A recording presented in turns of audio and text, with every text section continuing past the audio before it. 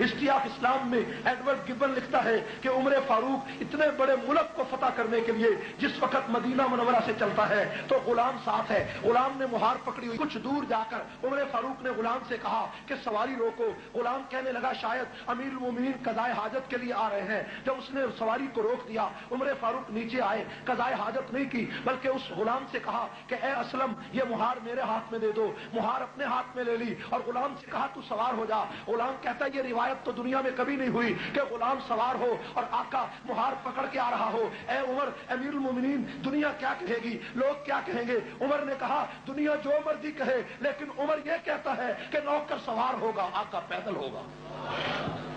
میرے بھائیوں، انسانی حقوق کی پاسداری اس سے بہتر بھی کوئی آدمی کر سکتا ہے؟ مکہ مدینہ سے چلے، مدین کی بستی گزر گئی، علاقے خراسان کے گزر گئے، کئی علاقے گزر گئے اور تبوک اور جناب جمیل کی بستیاں گزر گئیں اور اس کے بعد اردن کا علاقہ آیا تو بیت المقدس آیا تو کیا ہوا میرے بھائیوں؟ باری باری فاروق اعظم نیچے اترتے ہیں، اوپر چڑھتے ہیں، نیچے اترتے ہیں، سواری پہ سوار ہوتے ہیں۔ جس وقت بیت المقدس سامنے نظر آیا تو کیا منظر تھا کہ فاروق اعظم کے پھر نیچے پیدل چلنے کی باری تھی، اسلم کے سوار ہونے کی باری تھی۔ فاروق اعظم جب نیچے مہار لے کر چلنے لگے تو اسلم نے کہا کہ امیر المومنین عیسائی کیا کہیں گے، یہودی کیا کہیں گے کہ مسلمانوں کے خلیفہ کو، مسلمانوں کا خلیفہ اتنا بے بس اور لاچار تھا کہ خود پیدل تھا۔ اسلم کہتا ہے میں اس وقت حیران رہ گیا کہ جب عمر فاروق نے جو پاؤں میں جوتا پہنا تھا وہ جوتا ٹوٹ گیا اور عمر فاروق کے ایک ہاتھ میں ایک جوتا پکڑا ہوا ہے، دوسرے ہاتھ میں مہار پکڑی ہوئی ہے۔